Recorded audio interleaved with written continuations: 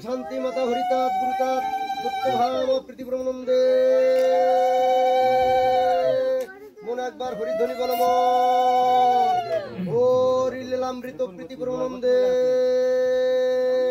মন একবার হরিধ্বনি বলম হরি বল হরি বল হরি বল হরি বল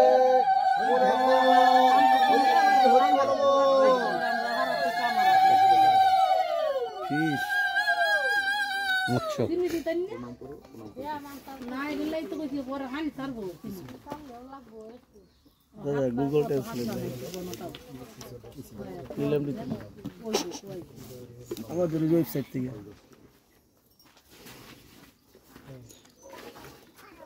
জয় হরিচাঁদ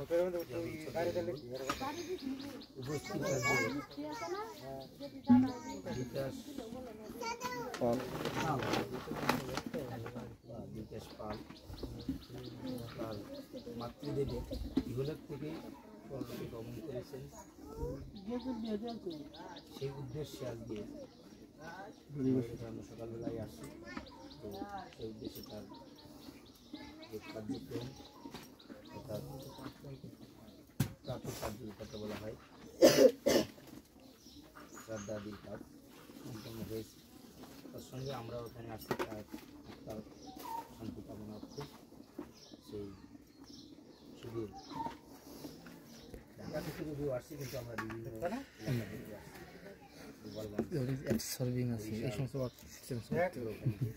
আরে অটো ট্রান্সলেশন কথা বলো ভালোই হয়েছে আমরা আসছি সেই ভালো হয়েছে গদ্য হলে ভালো আসতো কবিতা তো এটা মেলানো দরকার আমাকে এখানে আসলে এই গ্রন্থের পাঠ করা ভক্তি কিছুই আমার শ্রীহরি শ্রীপাদ পদ্ম স্মরণ ভরসা করছি আমার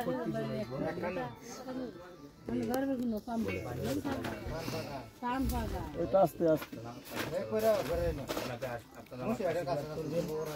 আমার করতে এই গ্রন্থ পাঠ করা সম্ভব হয়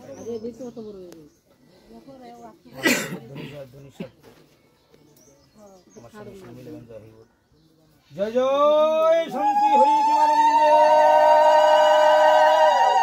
হরি বল হরি বল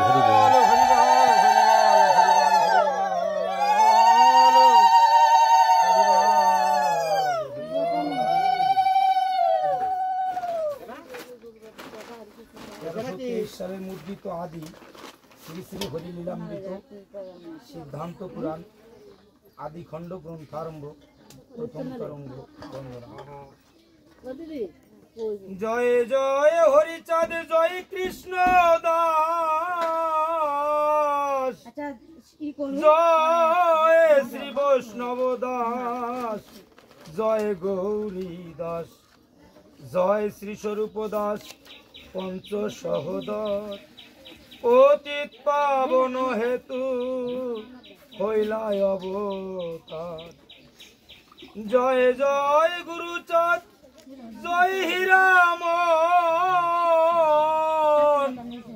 জয় শ্রী গোলক চন্দ্র জয় শ্রী লোচন জয় জয় দশরথ জয় মৃত্যুঞ্জয় জয় জয় মহানন্দ প্রেমানন্দময় জয় নাটু জয় ব্রজ জয় বিশ্বনাথ নিজ দাস করি মোরে করয়াত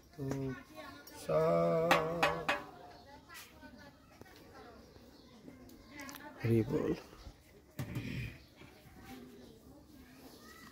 পুনর্বার অবতারের প্রয়োজন পূর্ব ভাগবত পুরাণ প্রসঙ্গ ত্রিপদী ত্রেতা যুগে সূর্য বংশে এক বিষ্ণু চতুরংশে হলো দশরথের নন্দন দাপরেতে কারাগারে জন্ম বসুদেব ঘরে যশোদা হৃদয়ে রতন যোগমায়ার প্রভাবে দেবকীর গর্ভস্রাবে রোহিণী গর্ভে আকর্ষণ যোগমায়া আকর্ষণে জন্মিলেন বৃন্দাবনে বলরাম নাম শঙ্কর্ষণ নন্দের নন্দন যেই শশীসূত হলো সেই নিত্যানন্দ হইল বলরাম সেই লীলা সম্বরণ ক্ষেতর জন্মধারণ নিত্যানন্দ হইল নরোত্তম হরিবল শ্রী অদ্বৈত রামচন্দ্র শ্রীনিবাস গৌরচন্দ্র তিন প্রভু প্রেম প্রচারিলা যে জন্য এ অবতার পশ্চাতে করি প্রচার ওরা কান্দি কইল শেষ লীলাম হরিবল যশ পুত্র যশ নাম যথা হলো জন্মধাম করিলাম লিখিতে আশায় রসিক সজ্জন বিজ্ঞ দেহ মরে এই ভাগ্য মনজ্ঞ নিষ্ফল জানো নয় মানব কুলে আসিয়ে যশমন্ত সুত হয়ে জন্ম নিল সফল আনাগরী প্রচারিল গুরুগম্য সূক্ষ্ম সনাতন ধর্ম জানাইল এ জগৎ হরি হরি বল ছিল আইসে তো ওখানে বসে মারা গেছে এখন নিয়ে গেছে কইয়া বলে দাহ করবে ঈশ্বরী সমাধি করবে কইয়া বলে হ্যাঁ ওই তার জায়গা আছে তার মা বাবা ভাইয়ের সমাধি ওখানে এই নিয়ে গেছে এখন নিয়ে গেছে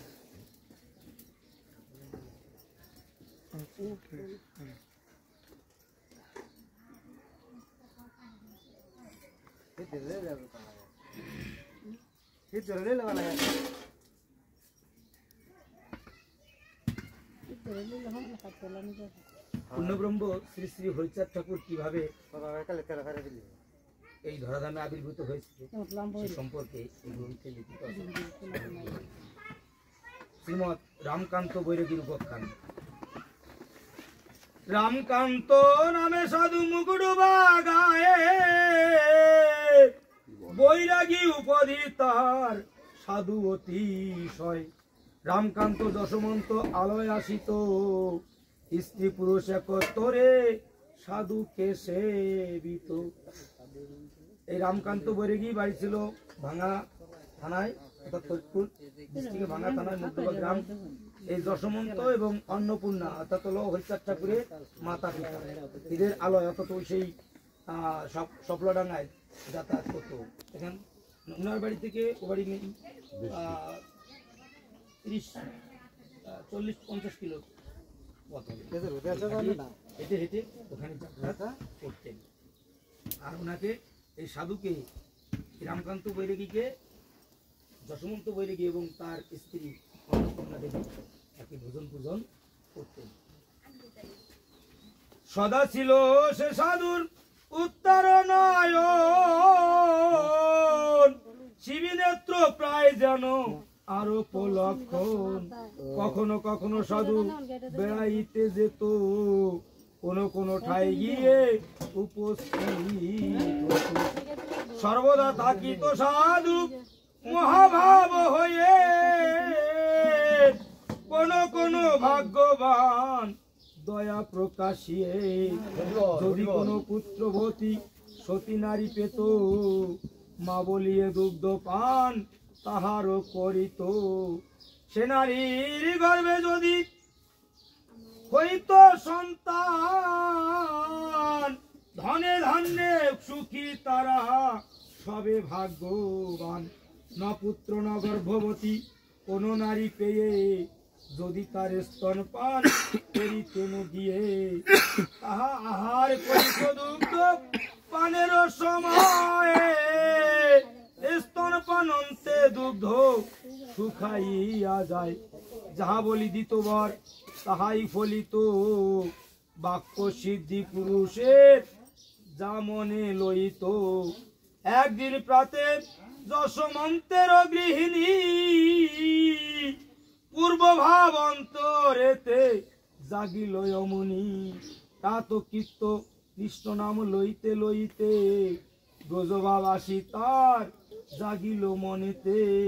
বাহ্য স্মৃতি হারা হয়ে বলে বারবার রাম কৃষ্ণ প্রাণ পুতলি আমার। এই বাবা তাহার হইল হৃদিমাস রসিল তারক চন্দ্র কবিরস অর্থাৎ অন্নপূর্ণা দেবী এমন ভাব উদয় হয়েছে, কেমন যেন সেই দাপরের ভাব, রাধা ভাব, যশোদা ভাব, যশোদা আবেশ হয়েছে। কিরকম যে যেমন শ্রীকৃষ্ণকে সে দধি দুগ্ধ মন্ডা মিঠে যেভাবে খাওয়াইতেন, সেই একটা আবেশ তার ভিতরে এসেছে। যদিও দেবকীর গর্ভে তার জন্ম হয়েছিল, কিন্তু লালন পালন তো যশোদাই করেছিল, কিন্তু সেই ভাব তার ভিতরে জাগৃত হয়েছে। কেমন যেন সেই ব্রজের ভাব, সেই বাৎসল্য প্রেমে তাকে কোলে করে রেখেছে, সেরকম একটা আবেশ তার হয়েছে। অন্নপূর্ণা মাতার যশোদা আবেশ কয়া ধরিয়া গোপাল বেশ পিয়াইত স্তন, এই সেই মায়াপুরী এই বৃন্দাবন। যশোদায় আবেশ হয়ে অন্নপূর্ণা কয়ে, মা বলে ডাকরে বাজা এ দুঃখিনী মাই, অথবা বিশ্বরূপ আইরে কোলেতে দেখি না ও চাঁদ মুখ, বহুদিন হতে সান্ত্বনা করিছে শ্রী যশোমন্ত ঠাকুর।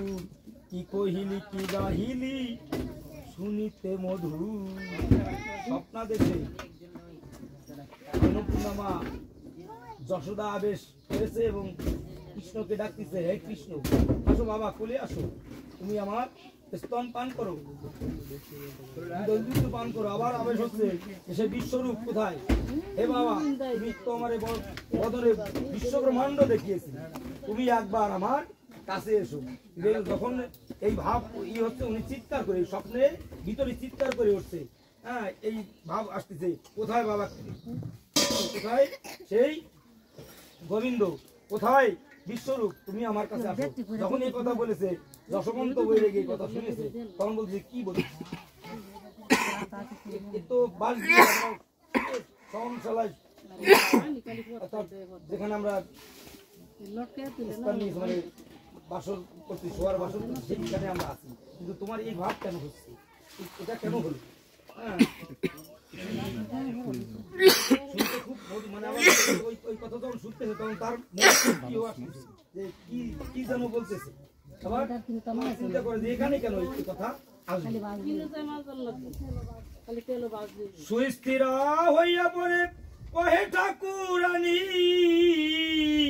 কি কহিনু কি গাইনু কিছুই না জানি, দেখিলাম হেন সেই নন্দের নন্দন, মামা বলিয়া মোরে পান করে স্তন।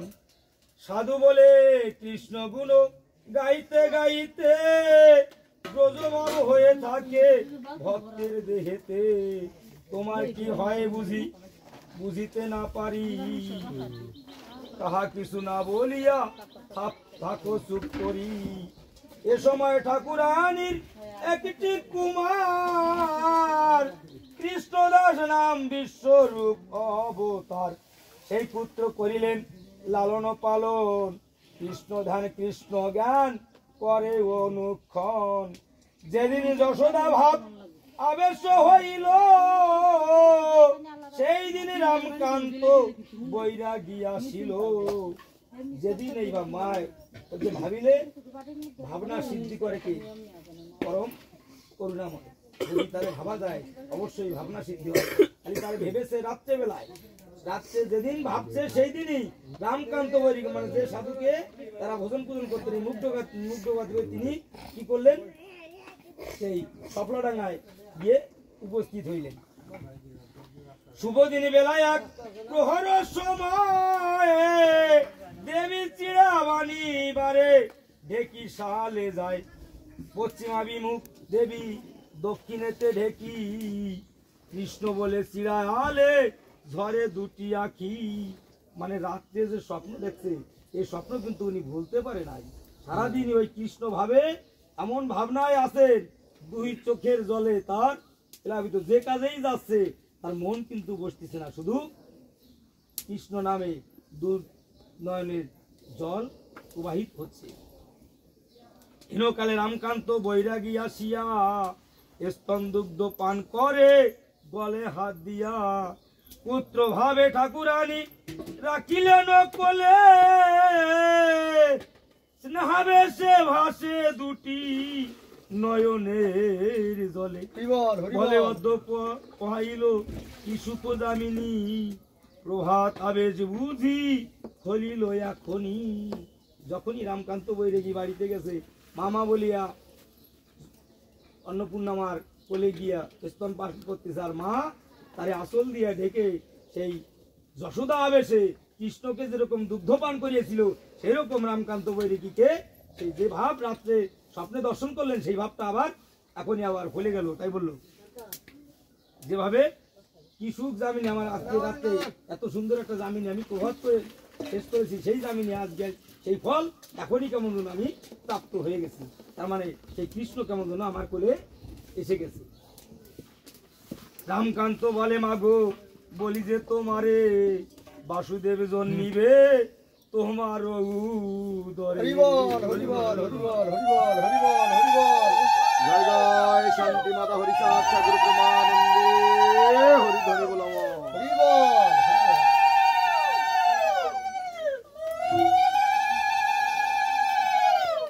কিছুদিন পরে রামকান্ত আর দিনে বাসুদেব কোলে করি বসিল যতনে। বাসুদেব বলে যাব সফলাডাঙ্গা সফলা নগরে পূজা দিলইব মাতা অন্নপূর্ণা ঘরে। কি বলছে বাসুদেবকে নিয়ে সে মুখ ডোবায় বসে মানে কোলে করে বসে বাসুদেবকে উনি কিন্তু নিজে মানে অন্ন সেবা বাসুদেবকে স্বয়ং খাওয়াতেন, অর্থাৎ বাসুদেব ওই জায়গা মূর্তিমতো হতেন। উনি যে সময় প্রসাদ বানাতেন ওই প্রসাদ বাসুদেবকে সেবা করে তারপরে পেটো প্রসাদ তিনি সেবা করতেন। তাই একদিনের মধ্যে বসে আছে ঠাকুরের সাথে কথাবার্তা বলছে, এই সময় ঠাকুর বলতেছে আমি সফলাডাঙ্গা যাবো, সফলানগরে যাবো, সেখানে গিয়ে অন্নপূর্ণা মার সেবা পূজা আদি রইব, তুমি আমাকে নিয়ে সফলাডাঙ্গা চলো, সফলানগরে চলো। কারে বলছে? এই রামকান্ত বৈরাগীকে বলতেছে। তার মানে ভগবান সদাই নিজেই গিয়ে সেখানে উপস্থিত হচ্ছে, তার ইচ্ছায়, ভগবানের ইচ্ছাই কিন্তু সেখানে সে যাচ্ছে। বাসুদেবের সাধু কুশলে দশমন্ত গৃহে আসি উপনীত হলে মুহূর্তে দিবায় আছে সন্ধ্যার অগ্রেতে অন্নপূর্ণা ঝাড়ু দেন ঝাঁটা লয়ে হাতে। ঠাকুরানী ঝাড়ু দেন পূর্বাভিমুখেতে রামকান্ত আসিলেন পূর্ব দিক হতে। সম্মুখে যাইয়া সাধু বলে যে মাতায় কোলে কর বাসুরে সময় বয়ে যায়। আস্তে আস্তে ঠাকুরানী বাসুদেবে ধরে রাখিলেন পুত্র স্নেহে বাম কক্ষ পরে। হইল অপূর্ব শোভা দর্শন করে রামকান্ত নাচে চারিদিকে ঘুরে ফিরে। সজল নয়ন সাধু প্রেমে পুলকিত হাতে তালি দিয়ে নেচে গায়ে গীত। দেখো রে নগরবাসী হলো কি আনন্দ অন্নপূর্ণা অনায়াসে পাইলেন গোবিন্দ। বিবাহ পূর্ণ করেছিল চৌধুরীর ঝি সেই পুণ্যে পুত্র পেল বাসুদেবজি। রামকান্ত কহে দশমন্ত বৈরাগী রে কিছুদিন বাসুদেবে রাখো তব ঘরে। ওরা কান্দি মাছ কান্দি কাঁদি আদি বহু গ্রামে ভ্রমিতেন রামকান্ত গুণনিধি। 2-4 দিন পরে অথবা সপ্তাহে মাঝে মাঝে আসিতেন অন্নপূর্ণা গৃহে। যে যেদিন না আসিত থাকিতেন দূরে অন্নপূর্ণা পূজা দিতেন বাসুদেবজি রে। তুলসী চন্দন মেখে নানা পুষ্প ফুলে দিত রানী বাসুদেবে ল ল বলে। মূলত ঠাকুরকে পূজা করতে হলে পরে আমাদের চন্দনের প্রয়োজন। কোথাও তিলকের কথা বলেনি। যত গ্রন্থে পর্যন্ত পেয়েছি তুলসীতে চন্দন মাখিয়ে ঠাকুরের শ্রীপাদ পদ্মে দিতে হয়। আমরা অনেক জায়গায় হয়তো দেখি বিষয়গুলো হয়তো জানে না, হয়তো করে, কিন্তু আমরা এই বিষয়টাই বলি। চন্দনে চর্চিত করে তুলসী একমাত্র শ্রীহরি ছাড়া আর কি পায়। শ্রীহরির চরণে তুলসী দিতে হয় চন্দন মাখিয়ে। আর যদি কেউ কোনো জায়গায় দেয় তাহলে কারো চন্দন কারো পদে পাবে না, পাবে কোথায়? বক্ষে। বক্ষে ছাড়া কেউ পাবে না। এই রূপে পক্ষান্তরে ভ্রমণ করিয়ে দেশে গেল রামকান্ত বাসুদেব লয়ে। কিছুদিন পরে সেই অন্নপূর্ণা সতী স্ত্রী আবেশে যেদিন হইল শুদ্ধমতী, শয়নে ছিলেন শ্রী যশমন্ত বৈরাগী, অন্নপূর্ণা বসিলেন পদ সেবা। আমাদের উচিত যদি আমরা ভালো পুত্র ভালো সন্তান যদি আমাদের এই জগতে আনতে হয়, তাহলে অবশ্যই আমাদের যে ঘরে আমরা সন্তানের জন্ম দিই সেই ঘরটাকে একটু পবিত্র রাখতে হয়, এবং অবশ্যই স্বামীকে সেই দেবরূপে ভোজন পূজন করতে হয়। যদি সেইভাবে আমরা করতে পারি তাহলে অবশ্যই আমাদের গৃহে সেই একটা ভালো সন্তান আসতে পারে। কিন্তু আসলে কি আমরা করি? আমরা কি সেই কাজটা করি? আমরা আনন্দেই মেতে থাকি, কিন্তু আমরা শ্রীহরি করি না। একটা কথা বলি, যখন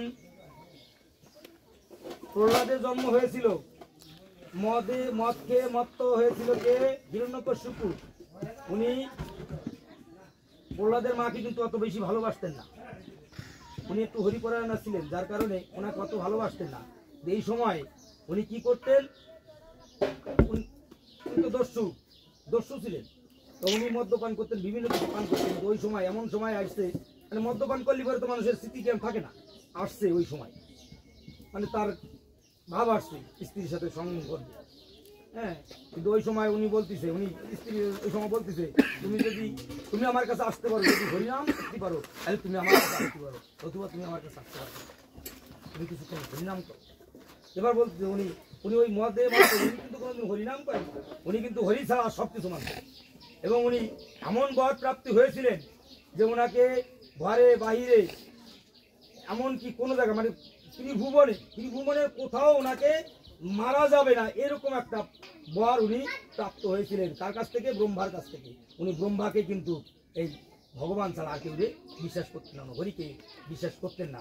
তাই ওই দিনই যখন মদ্যপানে উনি স্ত্রীর কাছে গেলেন, স্ত্রী যা দাবি করলেন তাই উনি করলেন, যার কারণে ওনার ঘরে কিন্তু ওই হরিভক্তির জন্ম হয়েছিল।